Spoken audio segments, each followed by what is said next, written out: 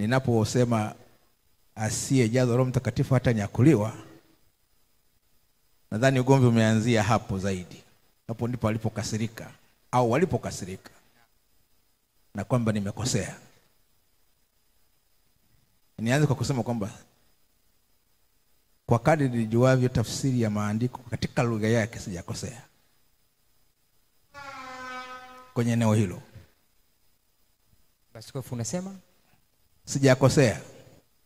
Ngoja nikujibu sasa.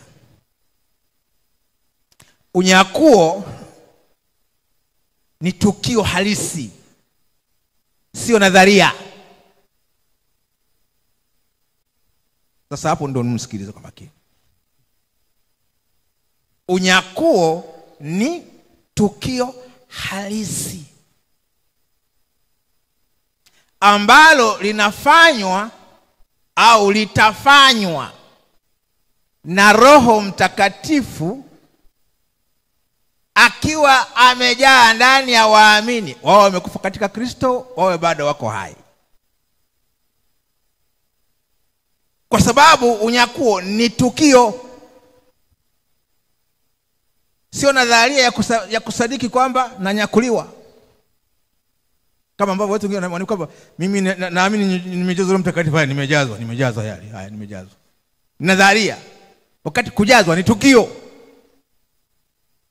Sasa nikupe vipengele kwa taratibu, nitakupa mistari mitatu tu itatosha. Kama sio kwa maana nimechukua muda mrefu. Warumi 8:11. Warumi 8:11. Anasema, lakini ikiwa roho yake yeye aliyemfufua Yesu Kristo katika wafu anakaa ndani yenu.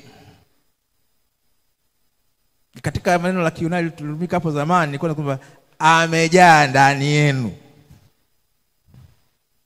Anasema yeye aliyemfufua Kristo Yesu katika wafu ataihuisha na miili yenu iliyo katika hali ya kufa kwa roho wake anayekaa ndani yenu. Maana kama roho hajakaa ndani yenu, mtanyakuliwaje? Atawanyakua nani? Hapa hajasema atawanyakua wakiwa juu ya miti na yeye akiwa nje yao, ni aliyekaa ndani yao. Na hapa sio mafunuo, nazungumzia lugha inavyoeleza. Aya, nisome andiko jingine. Wathesalonike wa pili sura ya 2 mstari wa 6 mpaka wa 8. Wathesalonike wa pili sura ya 2 mstari wa 6 mpaka wa 8. Nanukuu. Na sasa lizuialo mwalijua, yule apate kufunuliwa wakati wake.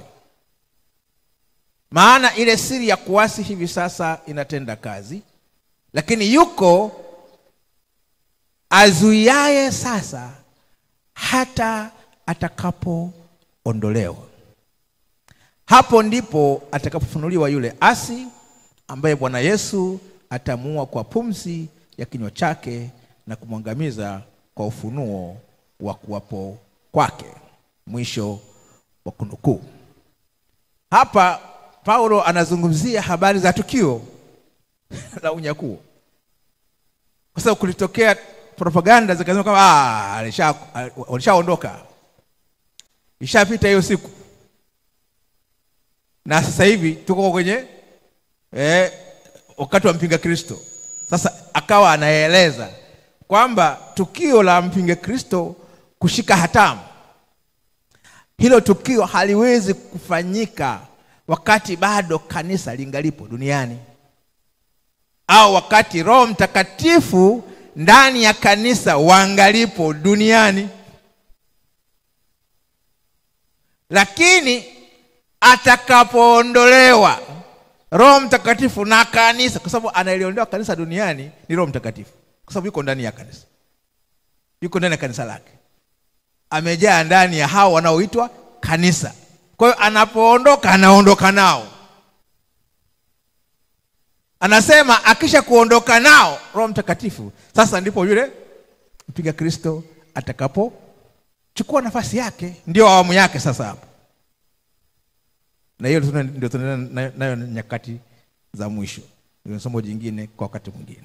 Sasa andiko la mwisho kwenye tukio la unyakuo, kama ni tukio halisi.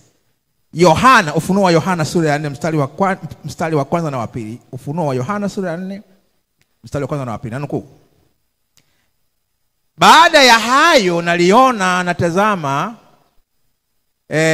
mlango ukafunguka mbinguni, na sauti ile ya kwanza niliyosikia kama sauti ya baragumu ikinena nami ikasema, panda hata huku, nami nitakuonyesha mambo ambayo hayana budi kuwako baada ya hayo.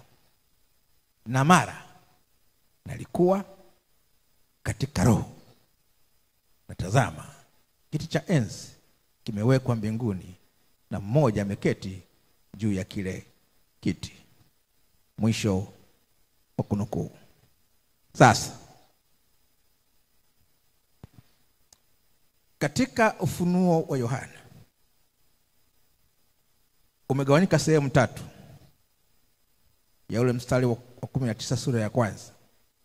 Mambo aliyoyaona Yohana, mambo yaliyopo na mambo yatakayokuwepo baada ya hayo.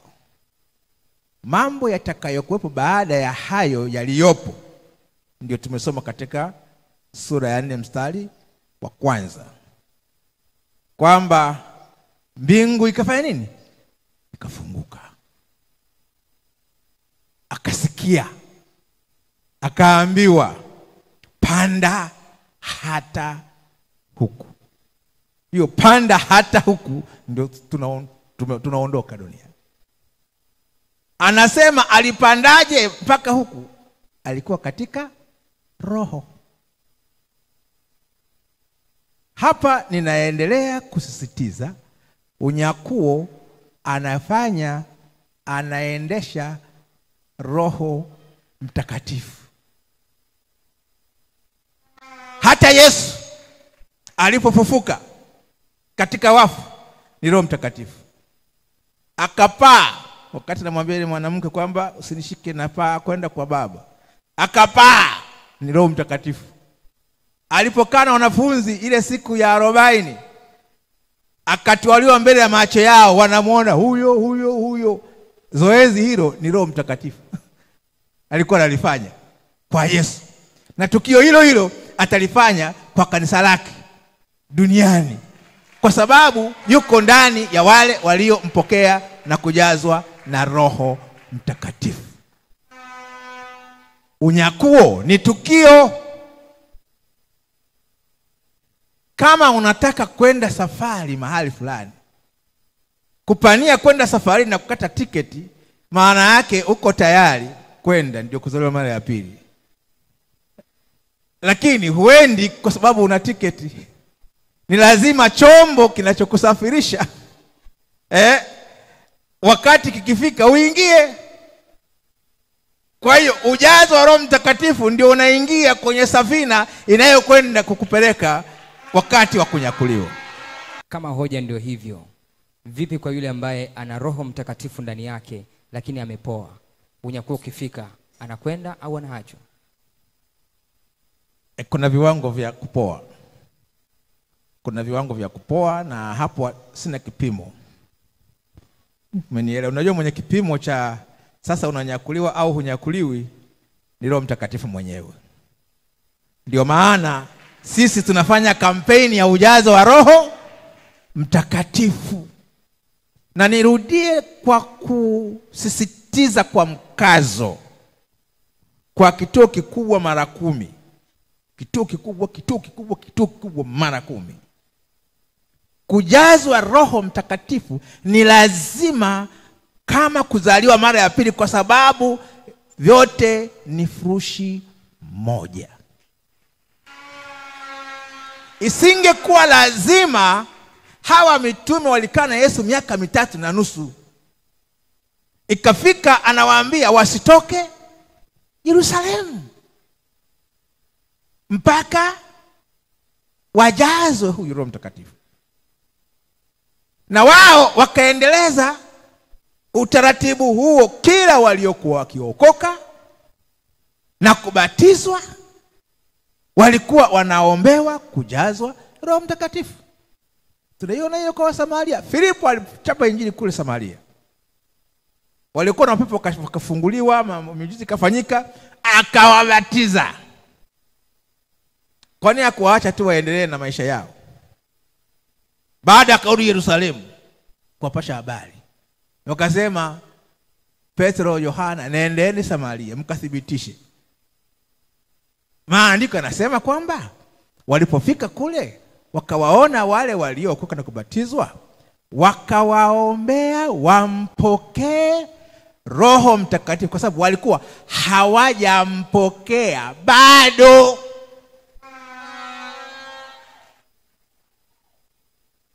Sio mimi, ni Luka ameandika hayo. Aya, Paulo mwenyewe Efeso sura ya 19, Matendo ya Mitume sura ule mstari wa 1 mpaka wa 7. Kisa ni hicho, aliingia kwa walokole, kakuta wanasali, wanaimba pambio vizuri sana mwanzo mpaka mwisho, anasubiri kunena kwa lugha hakuna. Ikabidi aulize, jamani, mlimpokea Roho Mtakatifu mlipoamini? Naona hiyo, mlimpokea Roho Mtakatifu mlipoamini?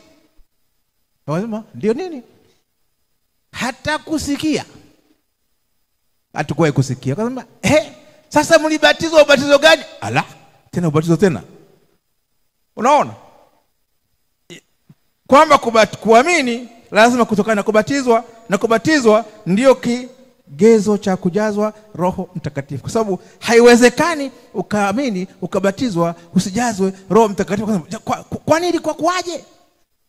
Wakasema sisi ni ubatizo wa Yohana. Yule awamu yake ilikuwa ni ya toba tu. Sasa alishamaliza, huyu aliyekuwa anahubiriwa alishakuja, akafa kafufuka, ni Yesu Kristo. Inabidi mbatizo sasa kuwa mali ya nani? Ya Kristo. Akawabatiza tena. Kama hujaokoka na kubatizwa, hata kama unasema unadhani umebatizwa, lakini kama ulibatizwa kabla ya kuokoka, huo ni ubatizo mwingine. Baada ya kuokoka unatakiwa kubatizwa tena, na utakuwa wa kwanza.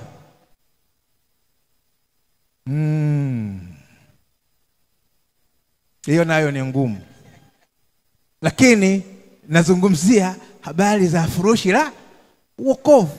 Kwa hiyo alipokwisha kuwabatiza, akaweka mikono juu yao, wakajazwa Roho Mtakatifu na kusema kwa lugha nyingine, wengine wakaenda mpaka na kutabiri pale pale.